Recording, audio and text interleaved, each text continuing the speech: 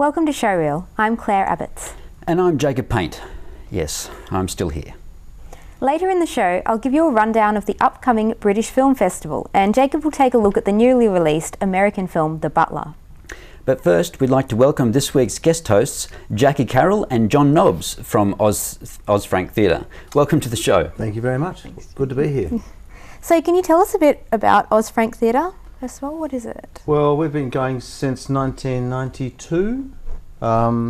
Jackie and I started off, I guess, as in the dance world. I was a modern ballet dancer. Jackie was a choreographer, and we moved to theatre when we started this company in 1992. And I guess what defines us more than anything else would be the fact that we use a variation of a Suzuki training system. Mm-hmm. We call it the Frank Suzuki Actor Know-How.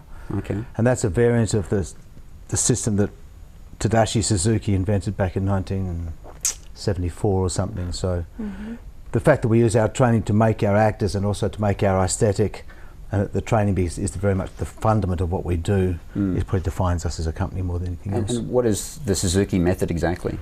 Well, the Suzuki methods are a sort of highly codified, formalised method of training actors using a series of exercises which would, I guess, correspond in musical terms to scales and arpeggios for musicians. And what Mr. Suzuki has done is create a series of exercises which are very simple, highly formatted in such a way as you can actually start using the knowledge of the body to create a voice.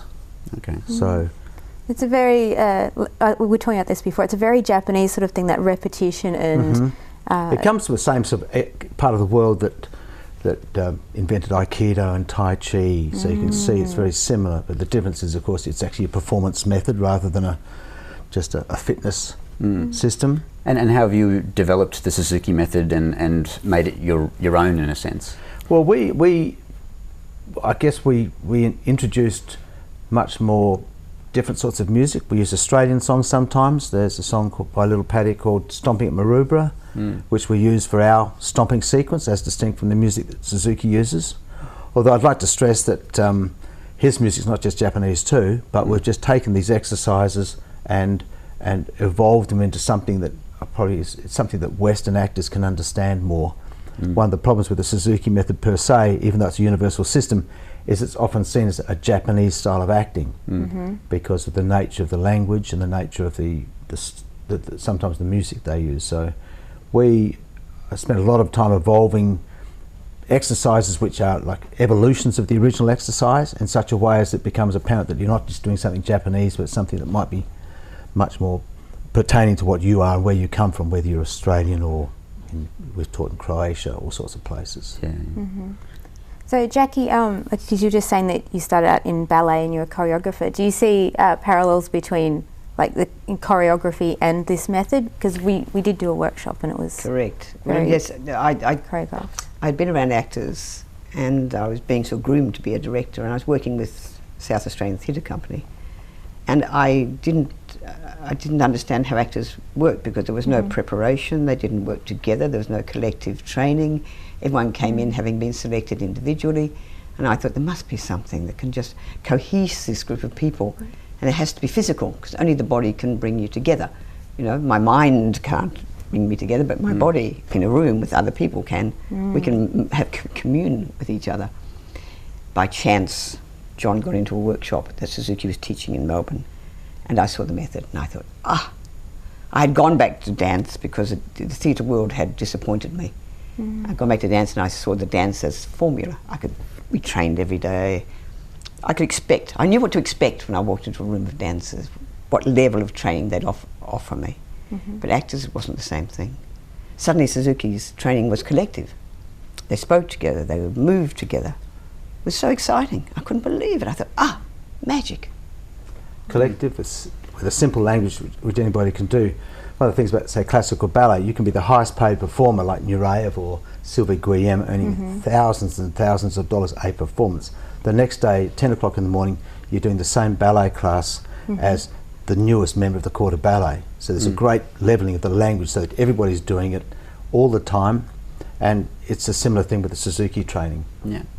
So with I guess traditional theatre, you know, that I've been involved in myself, and compared to what you do, what would you say that the main difference is, and what you bring to it? Well, the difference is really that other actors don't train. They prepare for roles, of course, and do things together, but we actually train together really much the same way as a football team trains or as a ballet company trains.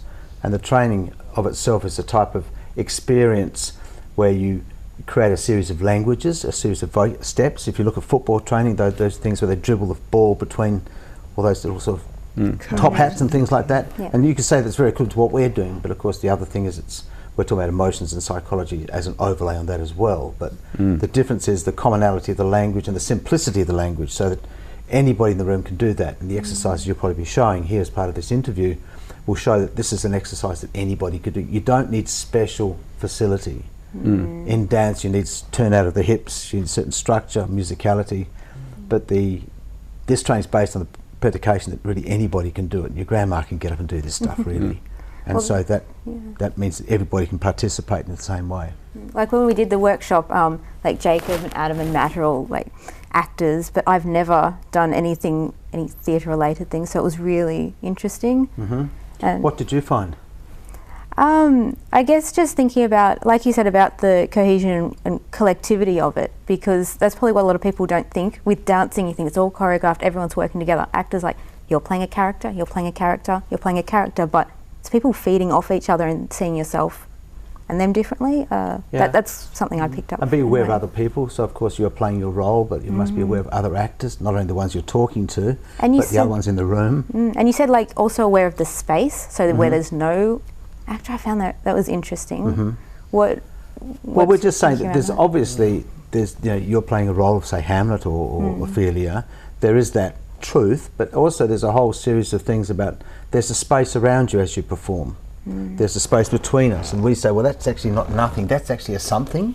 And the more you think of it as a something, the more charisma you develop, because you're actually seeing that your persona, your personality is actually larger than your body frame. It's actually occupying the space. And these are sort of quite arcane concepts in many ways, but nevertheless they're very important. Now, the top actors just know this instinctively. They just do, and you can see it, you can feel it. But we're saying that most of us mortals who want to get to that type of level can get there with the training.